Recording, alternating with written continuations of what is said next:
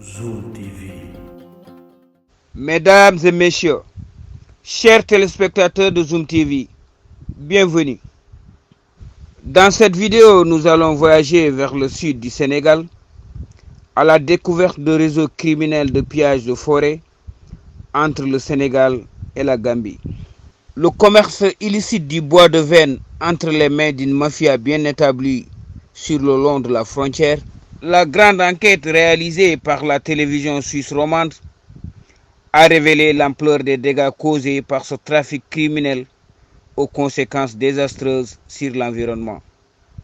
Un business qui avait été contrôlé, sécurisé et amplifié par l'ex-dictateur gambien Yahya Jammeh avec la complicité d'un homme d'affaires véreux, Nicolas Bouzainou. Il est suisse d'origine roumaine.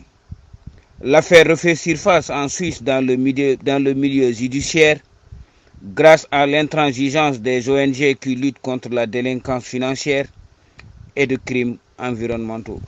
Du massacre des forêts en Casamance, une série d'activités d'abattage de bois roses précieux qui a fini de ravager tout l'écosystème forestier au sud du Sénégal.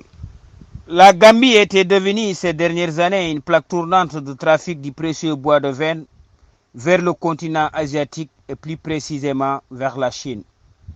Elle était surtout un lieu de commerce à blanchiment de capitaux, une énorme perte pour le Sénégal qui voit ses milliers d'hectares de forêts dévastés au profit de l'économie de ce pays frère.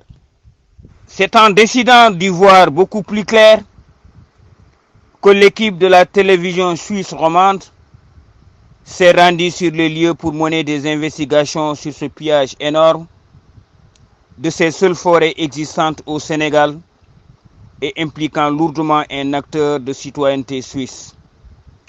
C'était lors d'un voyage en terre casamançaise, dans un univers hostile dépourvu d'aucune route bitumée, jusque des pistes accessibles soit par vélo ou par des motos et charrettes, que ces journalistes ont mené leurs enquêtes auprès des acteurs autochtones de la filière. Et parmi eux, un certain Ismaël Djemé, président de l'association pour la sauvegarde de la forêt de Koulandjang, qui montra à ses visiteurs une forêt dégarnie de ses bois de veine dans un décor qui illustre bien dans un futur proche une transformation possible de cette immense forêt en désert sahélien. Autour du même secteur, dans la forêt de Narang en Casamance, les autochtones aussi s'activent dans ce business en ravitaillant des scieries gambiennes qui retaillent les troncs du juteux bois d'ébène, paquetés avant d'être mis dans des conteneurs en destination de la Chine. Un habitant ayant préféré garder l'anonymat se confiait aux journalistes en donnant des explications qui lui avaient poussé à s'impliquer dans ce trafic qui pouvait lui rapporter quelque chose. C'est vraiment une source de revenus de plus. C'est ce qui nous a poussé à couper les arbres. Mais ce n'était pas une fierté pour nous de le faire. Ça peut te rapporter quelque chose pour régler tes besoins.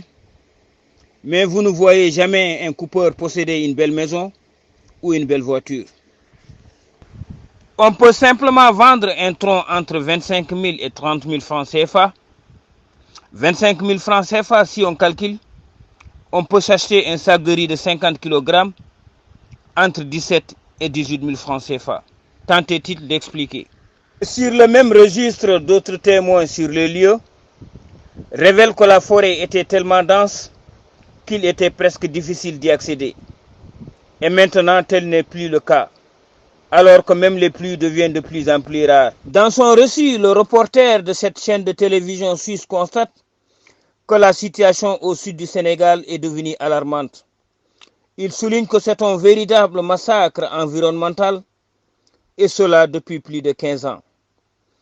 De 2015 à 2017, c'est plus de 2 millions d'arbres qui ont été coupés et vendus en Asie.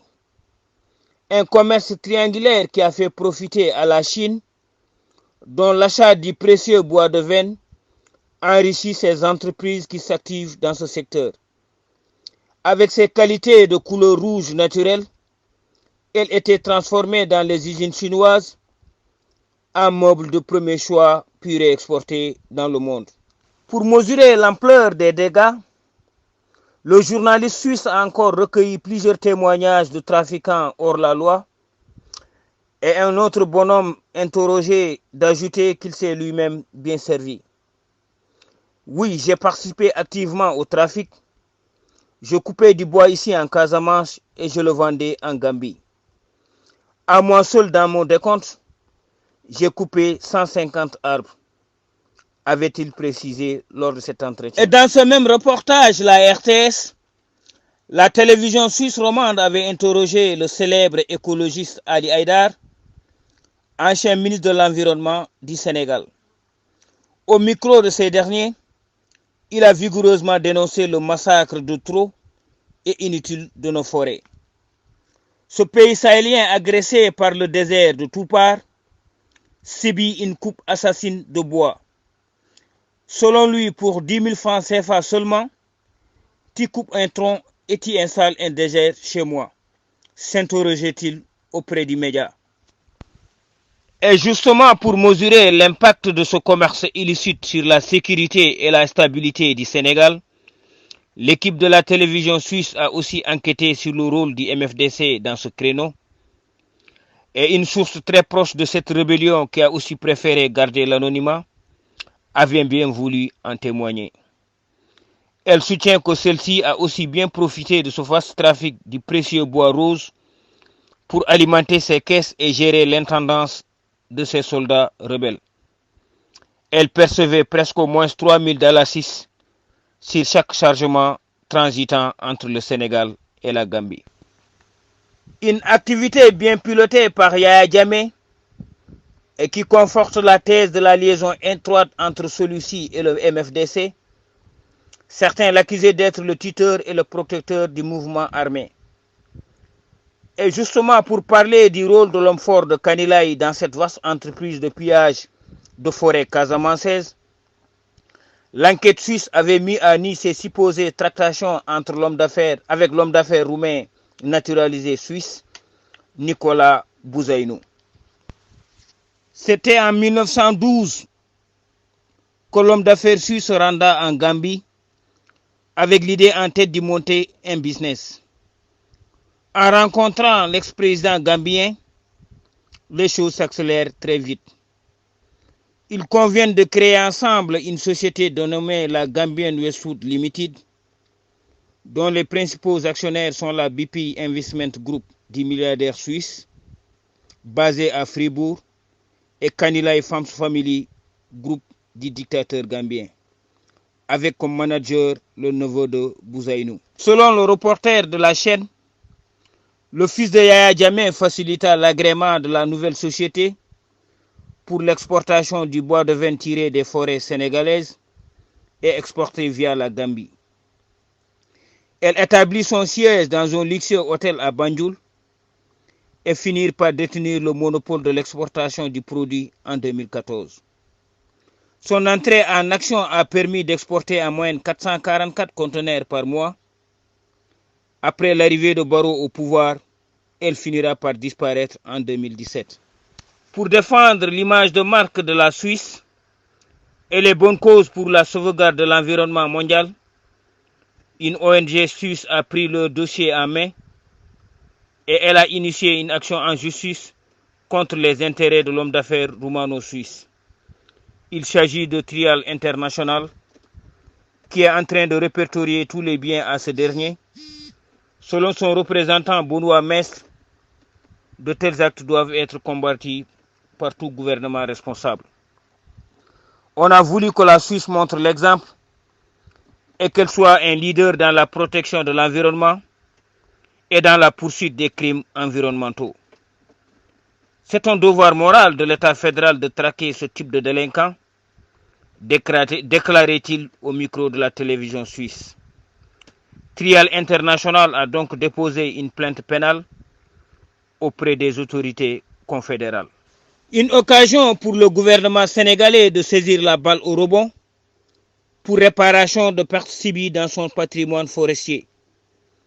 Aujourd'hui, avec la chute de Yaya Jammeh et l'arrivée de Barrow au pouvoir, est une occasion pour le gouvernement sénégalais de verrouiller ce business tout au long de sa frontière. Une opportunité sur un plateau d'argent offerte par le gouvernement fédéral et les ONG suisses aux autorités du Sénégal de récupérer une importante somme d'argent en millions de francs suisses pour la réparation des crimes économiques et environnementaux commis sur son sol. Avec le soutien de l'ONG Suisse Trial International, le gouvernement sénégalais pourrait poursuivre l'auteur du crime Nicolas Bouzainou devant les tribunaux de son pays et confisquer une bonne partie de ses biens. L'homme d'affaires qui détient déjà plusieurs sociétés privées en Europe et une fortune colossale, des châteaux dans l'Hexagone. Et parmi les plus célèbres figures Energy Holding, elle aussi mêlée dans une affaire de corruption en Roumanie. Et la voie est ouverte au président sénégalais Macky Sall d'aller jusqu'au bout pour récupérer les biens volés dans son pays. Car les autorités gambiennes ont déjà mis la main sur les biens de Westwood sur son territoire. Et d'ailleurs, les ONG suisses s'étonnent depuis lors pourquoi les autorités sénégalaises n'ont pas réagi pour traduire ce délinquant en justice et en demandant la coopération judiciaire avec l'État fédéral suisse. Merci mesdames et messieurs, chers téléspectateurs. Merci de nous suivre et on se donne rendez-vous pour nos prochaines éditions. Merci. Zoom TV.